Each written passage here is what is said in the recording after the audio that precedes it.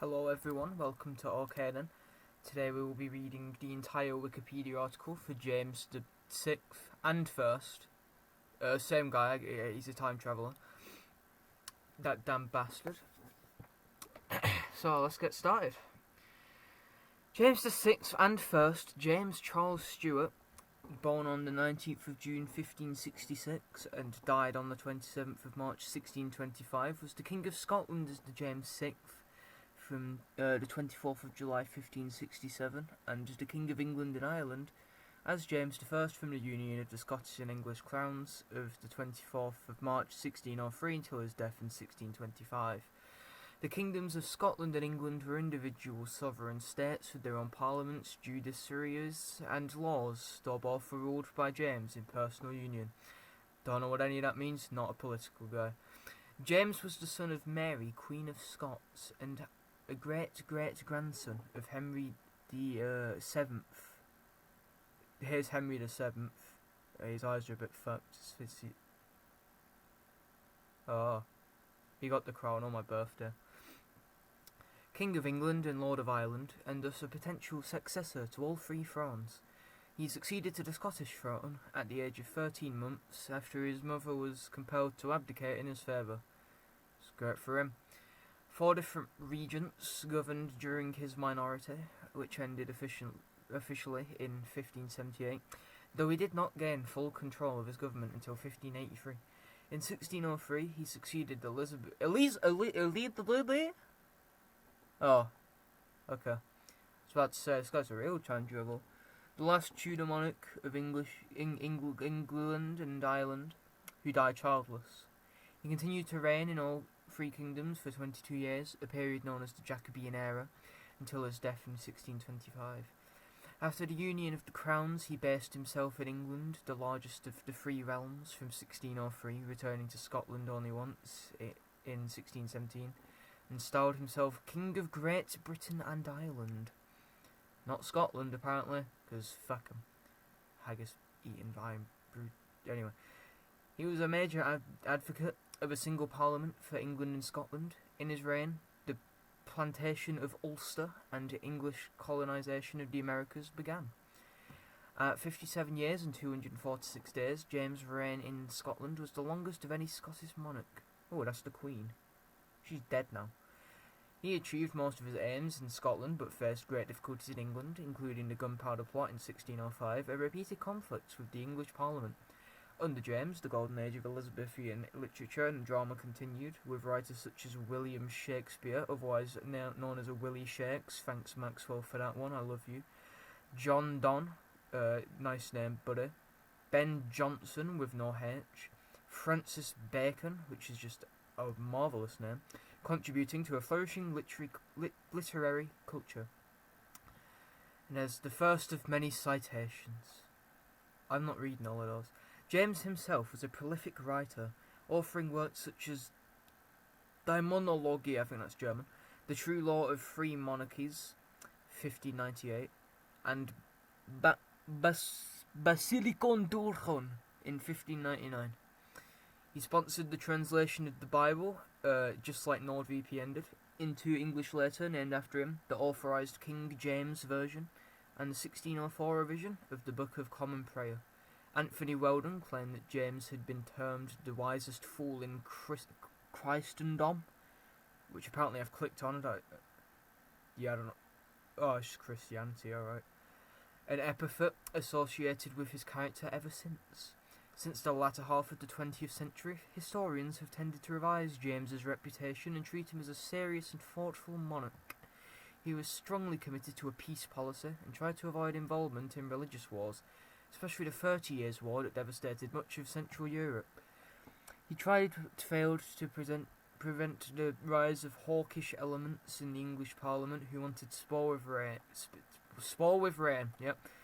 He was succeeded by his second son, Charles I.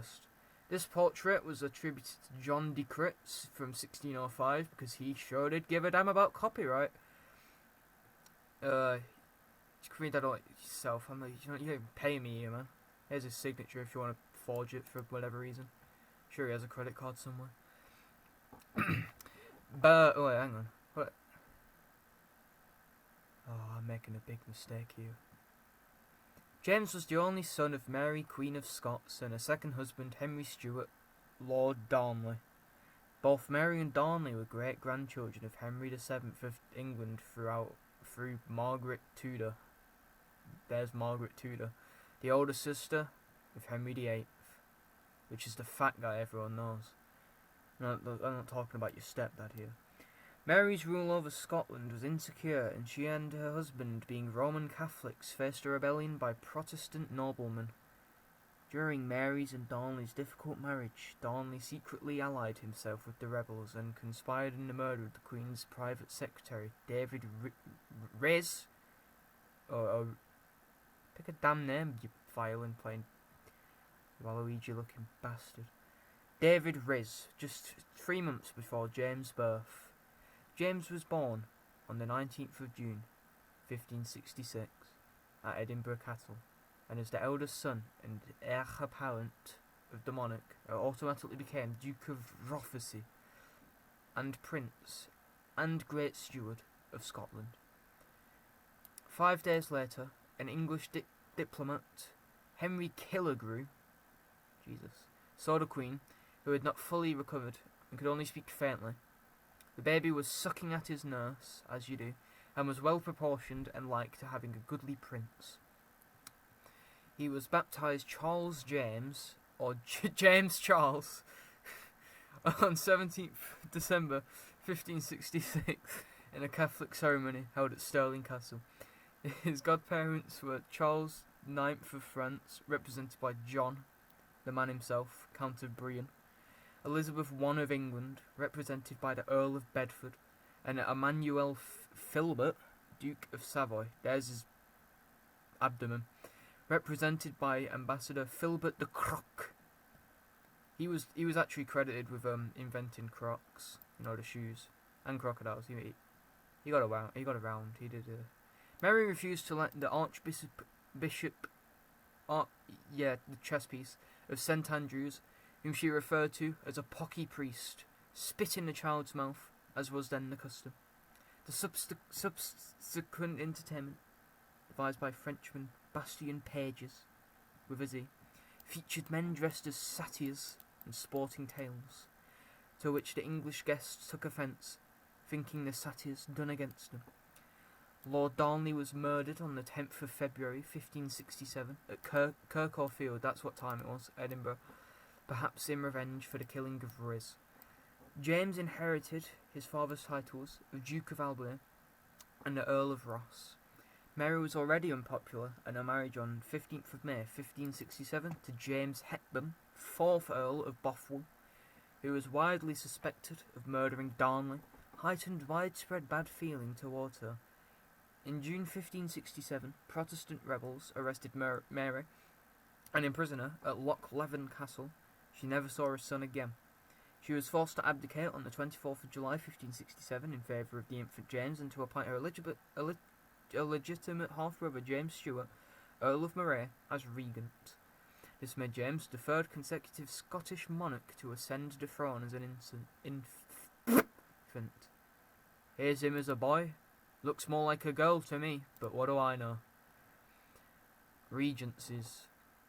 The care of James was entrusted to the Earl and Countess of Mar to be conserved, nursed, and upbrought. In the security of Stirling Castle, James was anointed King of Scotland at the age of 13 months by the Church of Holyrood. Holyrood, right? In Stirling by Adam Bothwell, Bishop of Orkney. These real people. On the 29th of July 1567. The sermon at the coronation was preached by John Knox, in accordance with the religious beliefs of the more Scottish ruling class. James was brought up as a member of the Protestant Church of Scotland, the Kirk. The Privy Council selected George Buchanan, Peter Young, Adam Old, Leobot of Cambuskenneth. The fuck does that mean? And David Erskine, Abbot of Dryburgh, as James' preceptors or tutors. As the young king's senior tutor, Buchanan subjected James to regular beatings, but also instilled in him a lifelong passion for literature and learning. Buchanan sought to turn James into a God-fearing Protestant king who accepted the limitations of monarchy as outlined in his treatise De Jure Regni Apud Scotus. In 1568, Mary escaped from Lochleven Castle, leading to several years of sporadic violence. The Earl of Moray defeated Mary's troops at the Battle of Langside, forcing her to flee to England, where she was subsequently kept in confinement by Elizabeth. On the 24th of on that date, 1570, Moray was assassinated by James Hamilton of... Stop with the fucking stupid names, man. I'm trying my best here. Well, there's James Hamilton. The next regent was James' paternal grandfather, Matthew Stewart, 4th Earl of Lennox, who was carried fatally wounded into Stirling Castle a year later after a raid by Mary's supporters.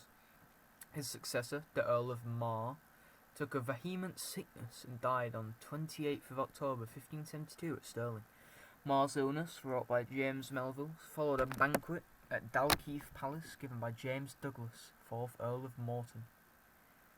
That damn 4th Earl of Morton with his only coloured in head and hat.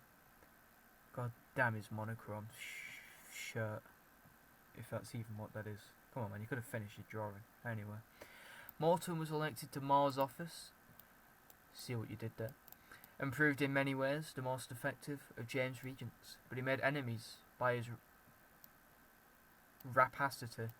Is that like the capacity to, like, you know, rap? He fell from favour when Frenchman Esme Stewart, Sire de Burgundy, first cousin of James' father, Lord Darnley, and future Earl of Lennox, arrived in Scotland and quickly established himself as the first of James' powerful favourites, as opposed to his least powerful favourites, and his powerful least favourites. He had a lot of people that he liked and didn't like, all the various powers. Trust me, I was there. He's a time traveller, you know, he brought me back. James was proclaimed an adult ruler in a ceremony of entry to Edinburgh on the 19th of October 1579. Morton was executed on 2nd of June 1581, belatedly charged with complicity in Darnley's murder. On the 8th of August, James made Lennox the only duke in Scotland. The king, then 15 years old, remained under the influence of drugs and Lennox for about one more year. Lennox was a Protestant convert, but he was distrusted by Scottish Calvinists who noticed the physical displays of affection between him and the... Well, hang on, who's this Lennox geezer? There he is. Alright. Physical displays of affection between him and the king, and alleged that Lennox went about to draw the king into carnal lust, whatever that means, in August 1582, in what became as the Ruthenvade. The Protestant Earls of Gowrie and Angus lured James into Ruthven Castle, imprisoned him, and forced Lennox to leave Scotland. During James' imprisonment, on the 19th of September 1582, John Craig, whom the king had personally appointed royal chaplain in 1579, rebuked him so sharply from the pulpit for having issued a proclamation so offensive to the clergy that the king wept. After James was liberated in June 1583, he assumed increasing control of his kingdom. He pushed through the Black Acts to assert royal authority over the Kirk and denounced the writings of his former tutor, Buchanan. Between 1584 and 1603, he established effective royal government and relative peace among the lords, ably assisted by John Maitland of Thirlestane, who led the government until 1592. An 8-man commission known as the Octavians brought some control over the ruinous states of James' finances in 1596, but it drew opposition from vested interests. It was disbanded within a year and after a riot in Edinburgh, which was stoked by anti-Catholicism and led the court to withdraw to Linlithgow temporarily. I don't know what that means. I'm sure it was a guy. Hang on, I really should have got a drink with this. My throat's already hurting and we're only like not even one in. Oh my god. This is gonna be horrible.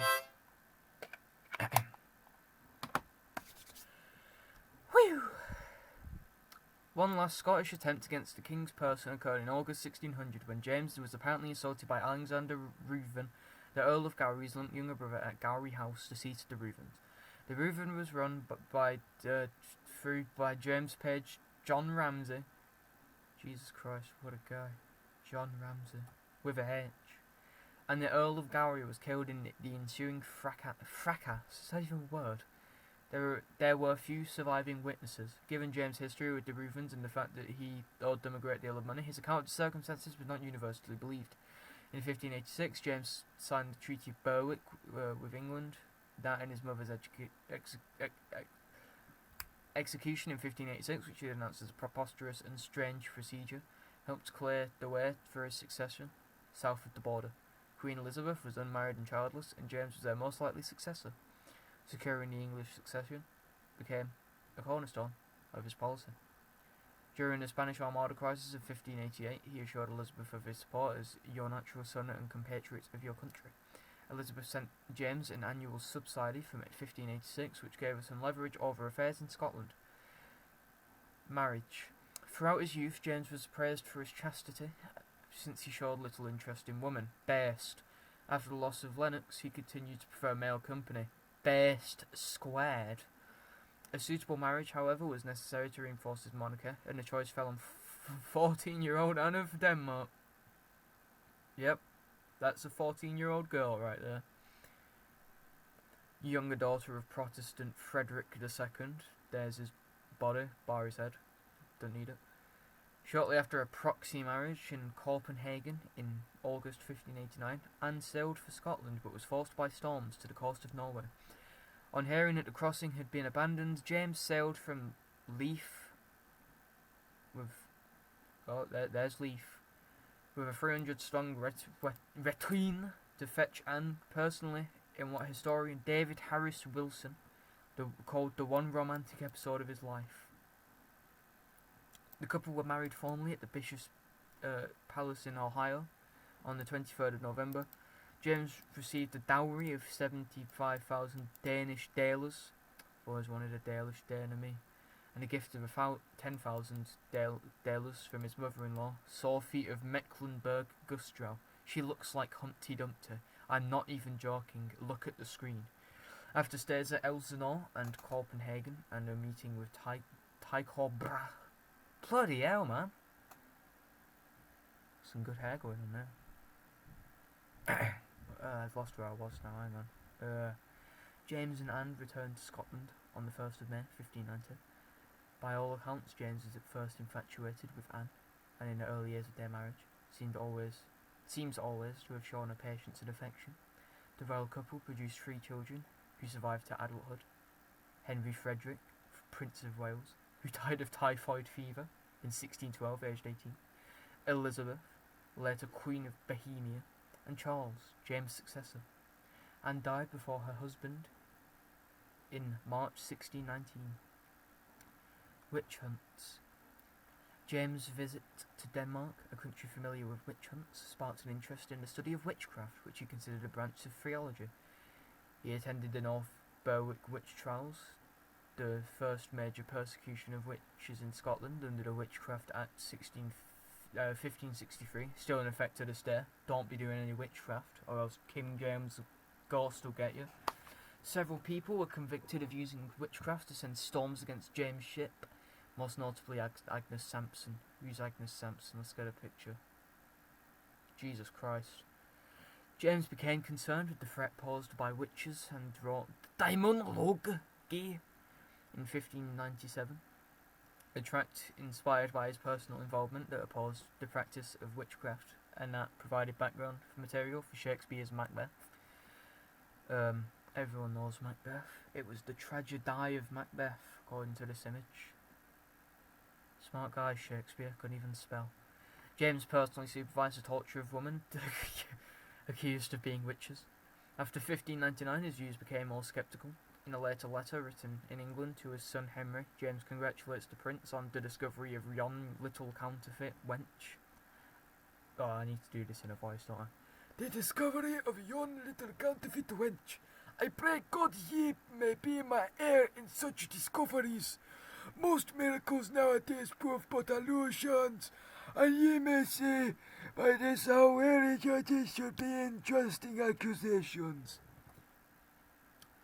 I'm lightheaded now. Islands and islands. The forcible dissolution of the lordship of the Isles by James IV of Scotland in 1493 had led to troubled times for the western seaboard. James IV has subdued the organised military by help of the Hebrides, but he and his immediate successors lacked the will or ability to provide an alternate form of governance. As a result, the 16th century became known as Lyn na Cleich, the time of raids. Furthermore, the effects of the Reformation saw to affect the holy shit, I can't pronounce that, driving a religious wedge between this area and centres of political control in the Central Belt. In 1540, James V had toured the Hebrides, forcing clan chiefs to accompany him. There followed a period of peace, but the clans were soon at loggerheads with one another again. During James VI's reign, the citizens of the Hebrides were portrayed as lawless barbarians rather than being the cradle of Scottish Christianity and nationhood. Official documents describe the peoples of the Highlands as void of the knowledge and fear of God, who were prone to all kind of barbarous and bestial cruelties. You know what I mean. It's in the dictionary. It's in the thesaurus. The Gaelic language, spoken fluently by James I don't know how many James, I can't read the Roman numerals, and probably by James V, became known in the times of James Vi as Erse, or Irish, implying that it was foreign in nature. Parliament decided that Gaelic had become a principal cause of the Highlanders' shortcomings and sought to abolish it. It was against this background that James VII, Billionth, 6, right? Probably 6. Authorised the Gentleman Adventurers of Fife. I loved the Gentleman Adventurers of Fife. To civilise the most barbarous Isle of Lewis. Very barbarous. That Lewis guy. Love you, Lewis. In 1598, James wrote that the colonists were to act not by agreement with the local inhabitants, but by extirpation of fame. Their landing at Stornoway, Stornoway, Jesus Christ, began well, but the colonists were driven out by local forces commanded by Burt Murdoch and Neil MacLeod.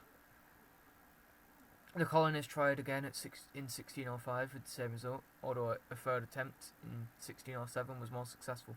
The Statutes of Iona were enacted in 1605, which required clan chiefs to provide for support for Protestant ministers to Highland parishes, to outlaw bards, to report regularly to Edinburgh to answer for their actions, and to send their heirs to Lowland Scotland to be educated in English-speaking Protestant schools. So began a process specifically aimed at the extirpation of the Gaelic language, the destruction of its traditional culture, and the suppression of its bearers. In the Northern Isles, James' cousin, Patrick Stewart, 2nd Earl of Orkney, resisted the Statutes of Iona and was consequently imprisoned.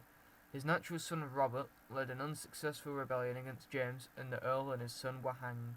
Their estates were forfeited, and the Orkney and Shetland Islands were annexed to the Crown. Theory of Monarchy.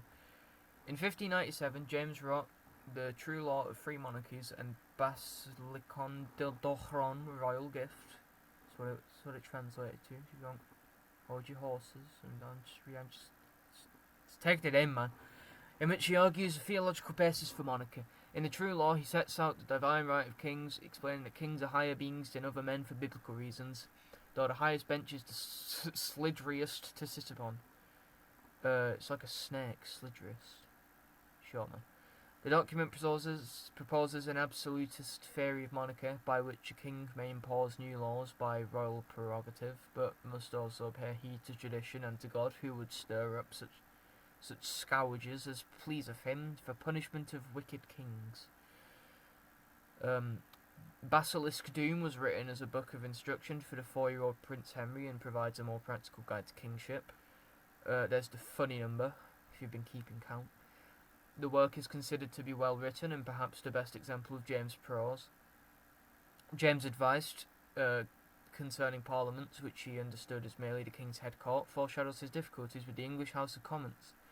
Hold no parliaments, he tells Henry, but for the necessity of new laws, which would be but seldom. So, in the true law, James maintains that the king owns his realm as a feudal lord owns his fief, because kings arose before any estates or ranks of men, before any parliaments were holden, or laws made, and by them was the land distributed, which at first was wholly theirs. And so it follows the necessity that kings were the authors and makers of the laws, and not the laws of the kings. I forgot to do the funny voice. I'm really sorry. Might have to restart the whole recording now. Fucking hell. Well, in the 1580s and 1590s, James promoted the literature of his native country. He published his treatise, Some Rules and Cautions to be Observed and Eschewed in Scottish Prosody, in 1584 at the age of 18. It was both a poetic manual and a description of the poetic tradition in his mother tongue of Scots, applying Renaissance principles. He also made statutory provision to reform and promote the teaching of music, seeing the two in connection. One act of his reign urges the Scottish birth to reform and support the teaching of music in sang scolas. In furtherance of these aims, James was both patron and head of a loose circle of Scottish Jacobean court poets and musicians known as the Castilian Band, which included William Fowler and Alexander Montgomery, who was credited with discovering the human erection, among others, Montgomery being a favourite of the king.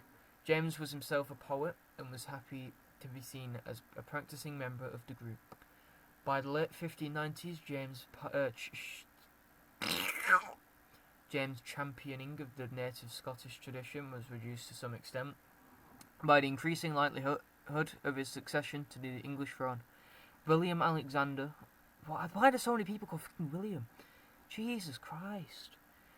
And other courtier poets even, started to anglicise their written language and followed the king to London after 1603.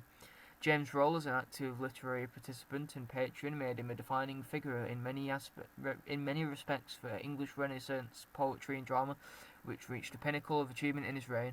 But his patronage of the high style in his Scottish tradition, which included his ancestor James I of Scotland, became largely sidelined.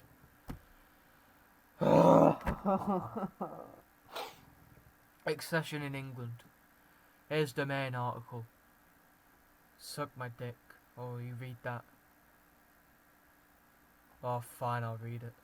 From 1601, in the last years of Elizabeth's life, certain English politicians, notably her chief minister Robert Cecil, maintained a secret correspondence with James to prepare in advance for a smooth succession. With the Queen clearly dying, Cecil sent James a draft proclamation of his accession to the English throne in March 1603. Elizabeth died in the early hours of the 24th of March, and James was proclaimed King of London later on the same day.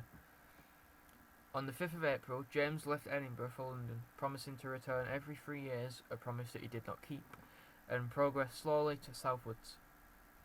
Local lords received him with lavish hospitality along the route, and James was amazed by the wealth of his new land and subjects, claiming that he was swapping a stony couch for a deep featherbed. James arrived... James was amazed by the wealth of his new land and subjects, claiming The hell, man? Swapping a stony couch for a deep featherbed. The hell? Hell? The hell, man? The hell, man? Trying to read a Wikipedia article here. I'm gonna read a Wikipedia article here. Oh. Stay down, you son of a bitch. That's where I was now. We'll just start there. On the 5th of April, James left Edinburgh for London. I read that. James arrived in the capital on 7th May, 9 days after Elizabeth's funeral. His new subjects flocked to see him, relieved that the succession had triggered neither unrest nor invasion. On arrival at London, he was mobbed by a crowd of spectators. James' English coronation took place on the 25th July at Westminster Abbey. I think I've heard of that place before. An outbreak of plague restricted festivities as it did back then, you know. Damn plagues, damn rats. The royal entry to London, with elaborate allegories provided by dramatic poets such as Thomas Dekker and Ben Jonson, with no H, was deferred to 15th March with a H, 1604. Dekker wrote that the streets seemed to be paved with men, stores instead of rich wares were set out with children, open casements filled up with women. Thomas Dekker? Dekker? I barely know her.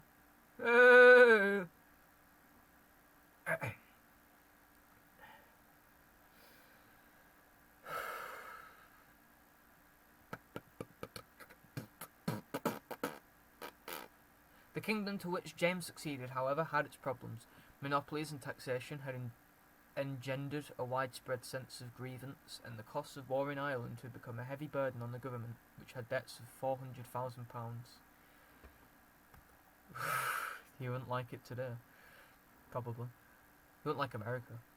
James survived 2 conspiracies in the first year of his reign, despite the smoothness of the succession and the warmth of his welcome. The by-plot and main plot, which led to the arrest of Lord Cobham and Walter Raleigh, among others. Those hoping for a change in government from James were disappointed at first when he kept Elizabeth's privy councillors in office, as secretly planned with Cecil. Damn, that's Cecil. But James soon added long-time supporter Henry Howard and his nephew Thomas Howard to the Privy Council, as well as 5 Scottish nobles. In the early years of James' reign, the day-to-day running of the government was tightly managed by the shrewd Cecil, later Earl of Salisbury, founder of Salisbury Stake Day, ably assisted by the experienced Thomas Egerton, who invented the computer, whom James made Baron Ellesmere and Lord Chancellor, and by Thomas Sackville.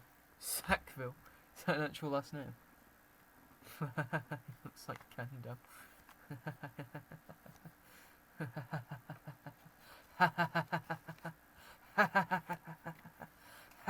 Soon Earl of Dorset, who continued as Lord Treasurer.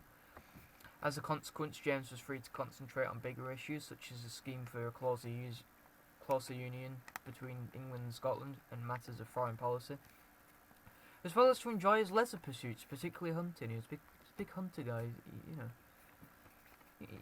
You know what hunting is. James was ambitious to build on the personal union of the crowns of Scotland and England to establish a single country under one monarch, one parliament and one law, a plan that met opposition in both realms. They were mad about that one. Hath he not made us all in one island? A Russian James told the English parliament, compassed with one sea and of itself by nature indivisible. Eh? In April 1604, however, the Commons refused his request to be titled King of Great Britain on legal grounds. Apparently they had laws in the 1600s, I didn't even know that. Bloody hell. So did they have the police? In October 1604, he assumed the title King of Great Britain anyway, because instead of King of England and King of Scotland, though Francis Bacon told him that he could not use the style in any legal proceeding, instrument or assurance, and that the title was not used on English statues. James forced the Scottish Parliament to use it, and it was used on proclamations, coinage, letters and treaties in both realms. James achieved more success in foreign policy. Never having been at war with Spain, he devoted his efforts to bringing the long Anglo-Spanish War to an end, and a peace treaty was signed between the two countries in August 1604, thanks to the skilled diplomacy of the delegation, in particular Robert Cecil and Henry Howard, now Earl of Northampton. See, he was never at war with Spain, but all the other guys, they couldn't get enough of it. Having war with Spain, it was the thing back then. It's like how nowadays kids have their fidget spinners and fortnights. Where was I? James celebrated the treaty by hosting a great banquet. Freedom of worship for Catholics in England, however, continued to be a major objective of the Spanish policy, causing constant dilemmas for James. Distrusted abroad for repression of Catholics, while at home being encouraged by the Privy Council to show even less tolerance towards them. Now, before I describe the gunpowder pot, I am going to read the ingredients of a McVitie's Club orange flavoured bar. Maxwell, if you're watching this with you know who, there's going to be some references to sea air, so you might want to cover your ears. Milk chocolate covered crunchy biscuit with an orange flavoured cream.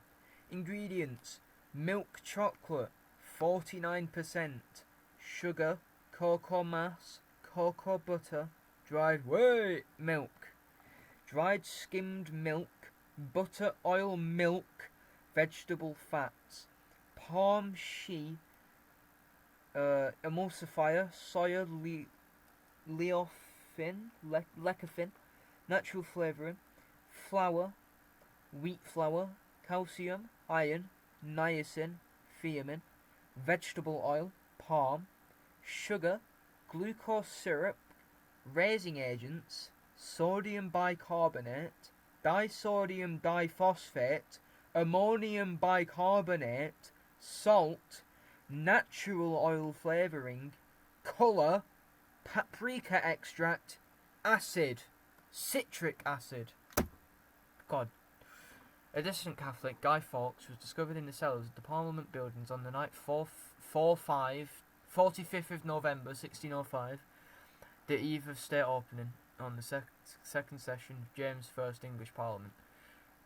Fawkes was guarding a pile of wood not far from 36 barrels of gunpowder, with which Fawkes intended to blow up the Government House the following day and cause the destruction, as James put it, "Not only of my person, nor my wife and posterity also, but also the whole house."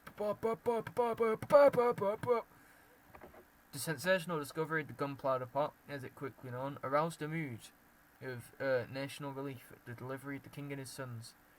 The Earl of Salisbury exploited this to extract higher subsidies from the ensuing Parliament than any but one granted to Elizabeth. Fawkes and the others implicated in the unsuccessful conspiracy were executed. I guess you could say he really forked up.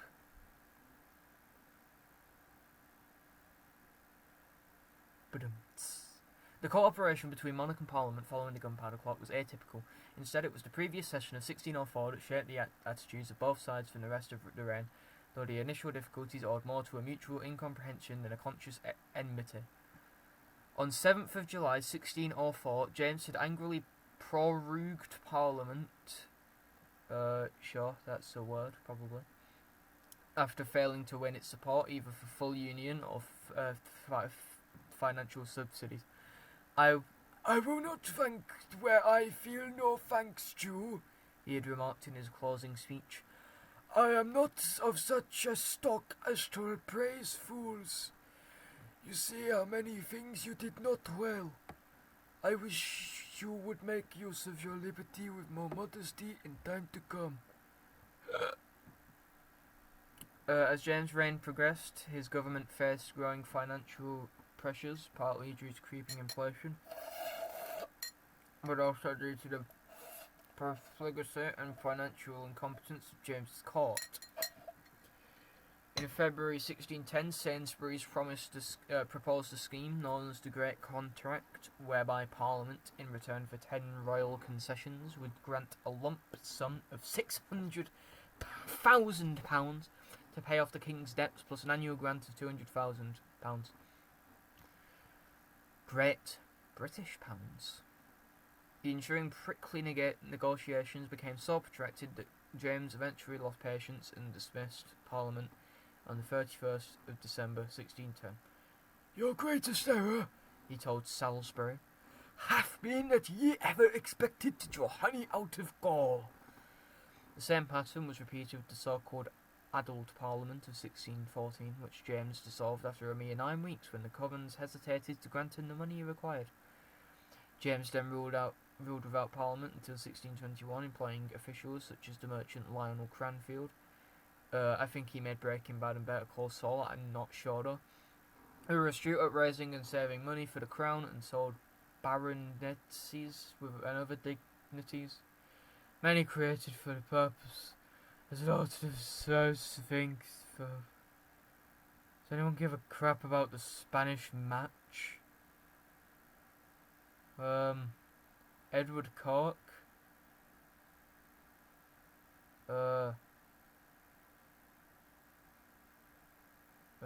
Yeah, you can read that yourself. I'm skipping that one. I won't lie. You know, it's really hard, you know. And I did read that club ingredients, so yeah.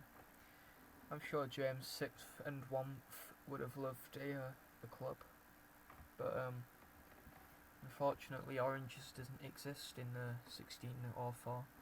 After the Gunpowder Plot, James sanctioned harsh measures to control English Catholics. In May 1606, Parliament passed the Popish Recusants Act, which could require any citizen to take an oath of allegiance, denying the Pope's authority over the king.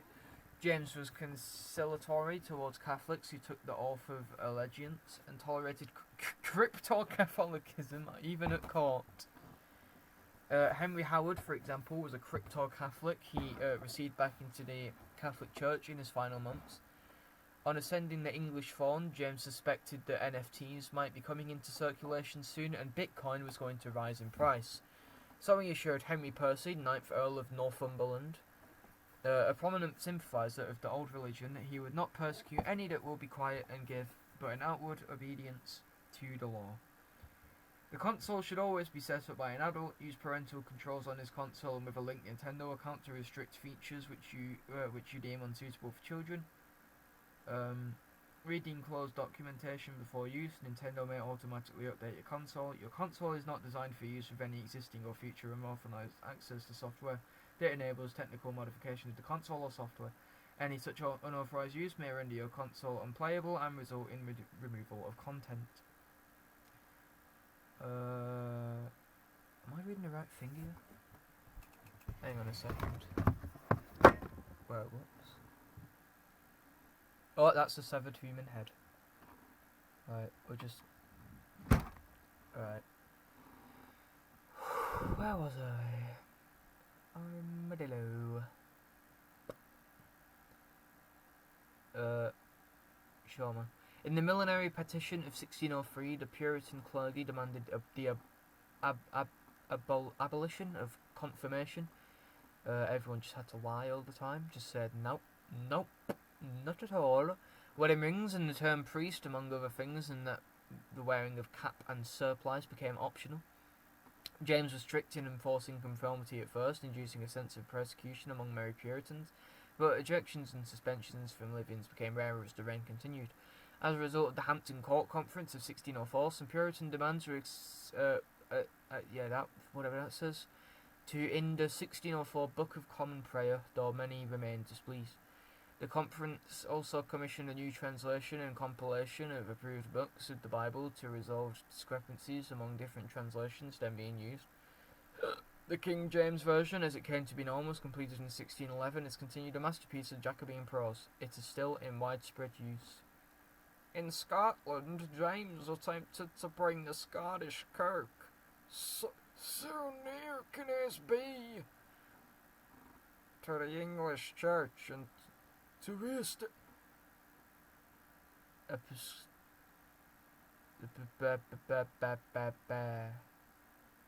In Scotland, James attempted to bring the Scottish Kirk so near as can be to the English Church and to re-establish apostasy, a policy that met with strong opposition from fucking hell. James returned to Scotland from 1617 for the only time after his in England, in the hope of implementing an Anglican ritual. James' bishops forced his 5 Articles of Perth for a General Assembly the following year, but the rulings were checkmated. James left the church in Scotland, divided at his death, a source of future problems for his son. Well, I'd imagine, dying is a bit of a problem. Throughout his life, James had close relationships with male courtiers, which has caused debate among historians about their exact nature best. In Scotland, Anne Murray was known as the King's Mistress. Let's check a look. Just have a look at her, okay? Let's not then. After his accession in England, I'm going to pronounce that as accession. If you want to kick my ass, then too bad, bitch. His peaceful and scholarly attitude contrasted strikingly with the bellicose and flirtatious behaviour of Elizabeth, as indicated by the contemporary epigram Rex Fruit Elizabeth, Nunc est Regina Lacabus. Elizabeth was king, now James is queen. Oh, that's really based. What a guy, man. Some of James' biographers concluded that Esme Stuart, later Duke of Lennox, Robert Carr, later Earl of Somerset, and George Villiers, later Duke of Buckingham, were his lovers. Blood, that's a lot of people. Take a look at this Robert guy. Oh, there's that Robert guy. It's quite based, you know. I guess he had a type for people whose beards look like the letter T and have hair that looks like that. Let's go, James, my guy. Some of James' biographers concluded that Esme Stuart, later Duke... Wait, did I already read that? Yeah, I did. John Oglander observed that he never yet saw any fond husband make so much or so great dalliance over his beautiful spouse as I have seen King James over his favourites, especially the Duke of Buckingham, whom the king would, record Edward Peyton, tumble and kiss as a mistress. Restoration of Apefort Palace in Northamptonshire, undertaken in 2004-8, revealed a previously unknown passage linking the bedchambers of James and Villiers. Based. Some biographers of James argued that the relationships were not sexual, they just had slumber parties. James Basile-Condoron lists sodomy among sodomy, let's go. Among crimes, ye are bound in conscience never to forgive, and James' wife Anne gave birth to 7 live children, as well as suffering 2 stillbirths. I shouldn't be laughing at that. And at least 3 other miscarriages. Contemporary Huguenot poet, Theophile, de Val, observed that it is well known that the King of England fucks the Duke of Edinburgh, Buckingham. Buckingham provide... Wait, is this still a quote? Buckingham himself provides evidence that he slept in the same bed as the king, writing to James many years later that he had pondered whether you loved me now. Better than at a time, which I shall never forget, at Farnham, where the bed's head could not be found between the master and his dog. Buckingham's words may be interpreted as non-sexual in the context of 17th century court life, and remain ambiguous despite their fondness. It's also possible that James was bisexual. Let's go, King James. When the Earl of Salisbury died in 1612, he was little mourned by those who jostled to fill the power vacuum. Until Salisbury's death, the Elizabethan administrative system over which he had presided continued to function with relative efficiency. From this time forward, however, James' government entered a period of decline and disrepute. Salisbury passing gave James the notion of governing in person as his own chief minister of state, which is young Scottish favourite Robert Carr, carrying out many of Salisbury's former duties, but James' inability to attend closely to official business exposed the government to factionalism. The Howard party consisted of Henry Howard, 1st Earl of Northampton, Thomas Howard, 1st Earl of Suffolk, Suffolk's son-in-law, Nord Nilos, Charles Howard, 1st Earl of Nottingham, and Thomas Lake soon took control of much of the government and its patronage. Even the powerful Carr fell into the Howard camp, hardly experienced with the responsibilities thrust upon him, and often dependent on his intimate friend Thomas Orfordbury for his assistance with government papers, probably based. Carr had an adulterous affair with Frances. Talk about standards, Jesus. That woman, daughter of the Earl of Suffolk. James assisted Frances by securing an annulment of her marriage to free her to marry Carr, now Earl of Somerset. In summer 1615, it emerged that Orfordbury had been poisoned. He died on the 15th of September 1613 in the Tower of London, where he had been placed at the King's request. Among those convicted of the murder were the Earl and Countess of Somerset. The Earl had been replaced as the King's favourite in the meantime by Villiers. James pardoned the Countess of Somerset and commuted the Earl's sentence of death, eventually pardoning him in 1624. The implication of the king in such a scandal provoked much public and literature conjecture, and irreparably tarnished James's court with an image of corruption and depravity. The subsequent downfall of the Howards left Villiers unchallenged as the supreme figure in the government by 1619.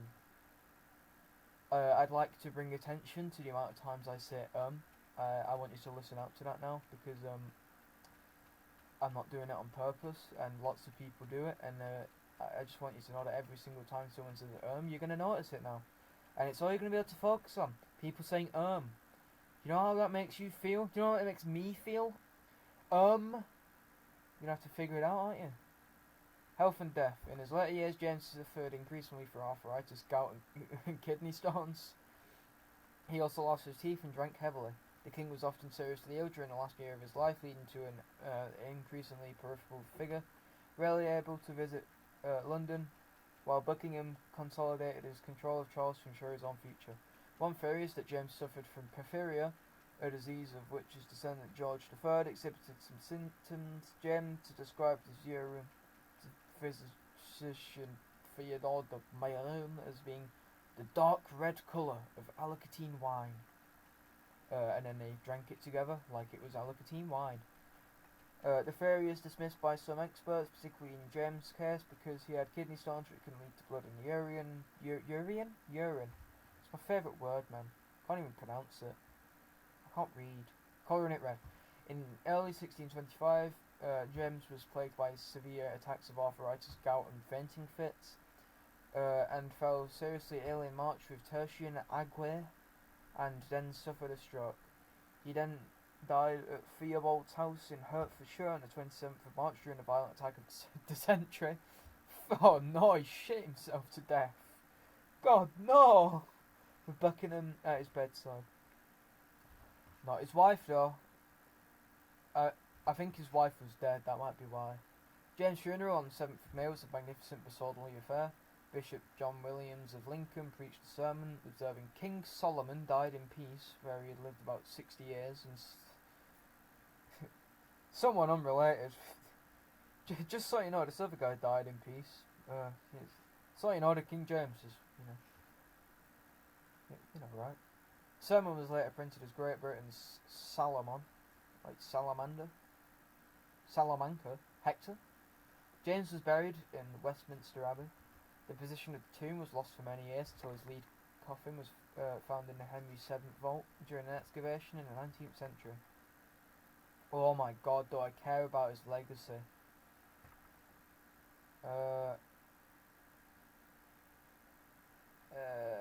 Let's see, do I care enough? I'll flip a coin. Right, heads or tails, guys? Shut the fuck up, I make the rules around here, it's my video, it's tails. Oh. Heads, let's go, I don't have to read it. Alright. I will read this sentence. Representative of the New Historical Perspective is the 2003 biography by Pauline Croft. Right, let's go over his titles. In Scotland, James was James VI, King of Scotland, until 1604. He was proclaimed James I, King of England, France and Ireland, Defender of the Faith, in London on the 24th of March 1603. On the 20th of October 1604, James issued a proclamation at Westminster, changing his style to King of Great Britain, France and Ireland, Defender of the Faith, and C. Ampersand C. The style was not used on English statutes, but was used on proclamations, coinage. Speaking of coinage, I'm flipping a coin for the next bit as well. Flip a coin for every paragraph, that's a good idea. In line with other monarchs of England between 1340 and 1801, although he did not actually rule France. Right, coin. Should I flip a coin every time I read a paragraph? Heads for yes. Oh, for fuck's sake. It landed on... The hell? It landed on tails, so, I guess we're, I'll just read it, who cares? Me, I care. As King of Scotland, James bore the ancient royal arms of Scotland, or, a lion rampant gules, armed and longed azure, with a double tressure, flory counter, flory gules, The arms were supported by two unicorns. Argent, armed, crowned, and ungulled proper, gorged with a coronet, or composed of crosses pattee and fleurs de lis, a chain affixed thereto passing between the forelegs, and reflexed over the back also or. The crest was a lion sergeant, a fronty ghoul, imperially crowned or, holding in the dexter paw a sword, and in the sinister paw a sceptre both erect and proper. I'll show you erect and proper. But it's a picket fence outside. The union of the crowns of England and Scotland under James was symbolised heraldically, sure, by combining their arms, supporters and badges. Contention as to how the arms should be marshalled and to which kingdom should take precedence was solved by having 3 different arms for each country. The arms used for England were quarterly 1 and 4, quarterly 1st and 4th, or azure 3 first, the life or for France, 2nd and 3rd gules, 3 lions, passant, guardant, impale, or for England 2, or a lion rampant within a treasure, flory counter, flory gules for Scotland, 3 azure, a harp, or stringed argent for Ireland. It was the first time that Ireland was included in the royal arms. The supporters became Dexter, a lion rampant, guardant, all imperially crowned, and Sinister, the Scottish unicorn.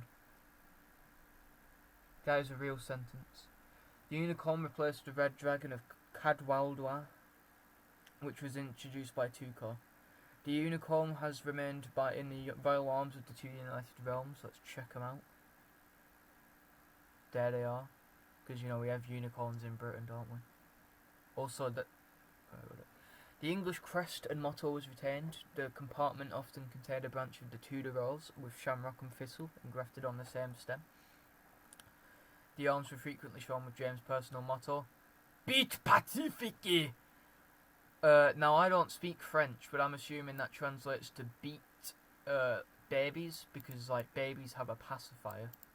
So, or maybe it translates to pinches and pinches pee-pee, because that's what that says. The arms used in Scotland were quarterly 1 and 4 Scotland, 2 England and France, 3 Ireland, with Scotland taking precedence over England. The supporters were Dexter, a unicorn of Scotland, imperially crowned, supporting a tilting lance, flying a banner, azure, a saltire agent, cross of St. Andrew, and Sinister, the crowned lion of England, supporting a similar lance, flying a banner argent across gules, cross of St. George. The Scottish crest and motto was retained, following the Scottish practice. The motto, in defence, which is short for in my defence, God me defend, was placed above the crest. As royal badges, James used the Tudor rose, the thistle for Scotland, first used by James III of Scotland. The Tudor rose, dimidated with the thistle ensigned with the royal crown, a harp for Ireland, and a fleur de lis for France. Issue. It's a problem. James' Queen, Anne of Denmark, gave birth to 7 children who survived beyond birth, of whom 3 reached adulthood. Jesus. Henry Frederick, Prince of Wales, died probably of typhoid fever. I'm not reading their name. No, I'm not reading their birth. I can't be asked. Elizabeth, Queen of Bohemia, married 1613 to Frederick von Elector Palatine. That she died aged 65. Margaret, no last name, died aged 1.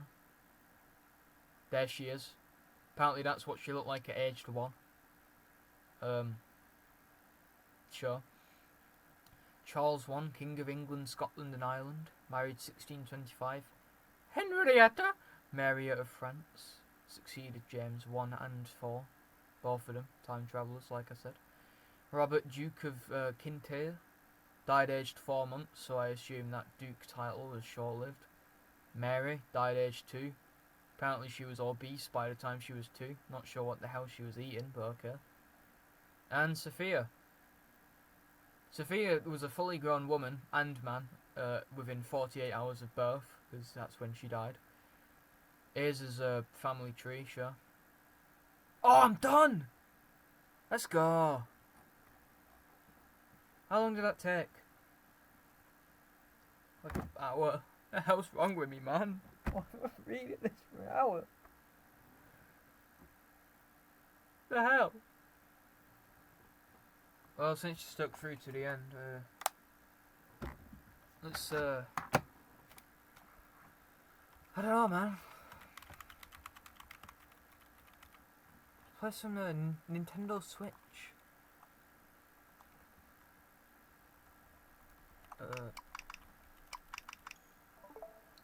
So, what games do you want to play? Play this one. This one's a good game.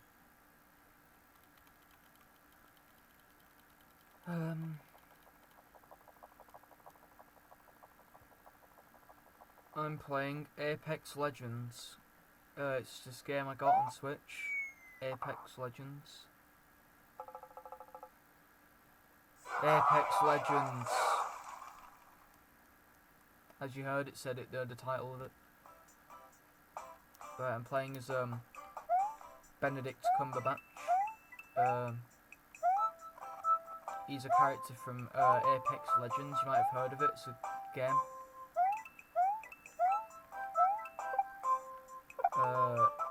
It's created by